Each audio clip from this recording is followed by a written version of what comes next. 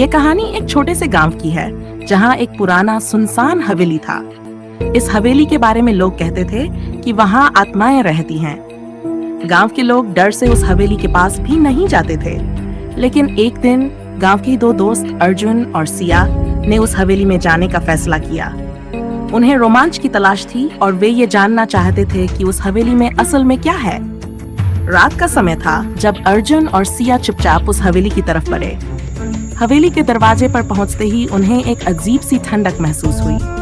दरवाजे को हल्के से धकेलते ही वह चरमराते हुए खुल गया। अंदर का माहौल बहुत ही भारी और डरावना था। दीवारों पर पुरानी तस्वीरें थीं, जिनकी आंखें अर्जुन और सिया को घूर रही थीं। अचानक हवेली के अंदर की सभी खिड़कियां और दरवाजे जोर से बंद हो गए। अब अर्जुन और सिया बाहर नहीं निकल सकते थे।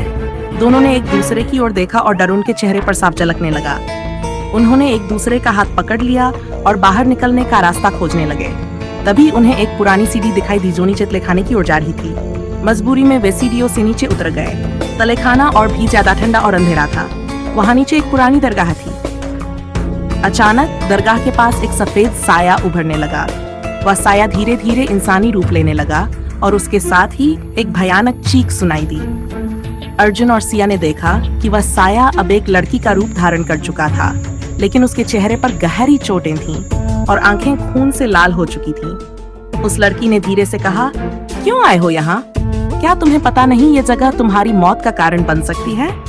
अर्जुन और सिया ने डर के मारे कुछ नहीं कहा। तभी अचानक वह साया सिया के पास आने लगा और अर्जुन को दूर धकेल दिया। अर्जुन बेबस होकर चीखने लगा, लेकिन सिया उसकी पकड़ से दूर होती जा रही थी।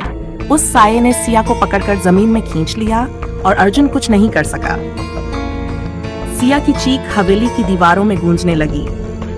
अर्जुन ने पूरी ताकत से दरगाह की दरवाजे को खोलने की कोशिश की, लेकिन वह भी बंद हो गया। अब अर्जुन उस हवेली में अकेला रह गया। अर्जुन को अचानक अपनी मौत का आभास हुआ। उसने अपनी आखिरी ताकत जुटाकर दरवाजा खोलने की कोशिश की और तभी उसे अपनी पीठ पर किसी के होने का एहसास हुआ। जब उसने मुड़कर देखा तो वह साया उसके ठीक पीछे खड़ा था। अर्जुन की चीख पूरे हवेली में गूंज उठी और उसके बाद वह भी वहीं गायब हो गया।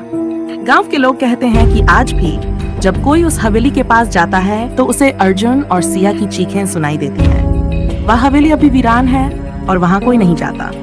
कहते हैं जो भी उस हवेली के अंदर जाता है वह कभी वापस नहीं आता।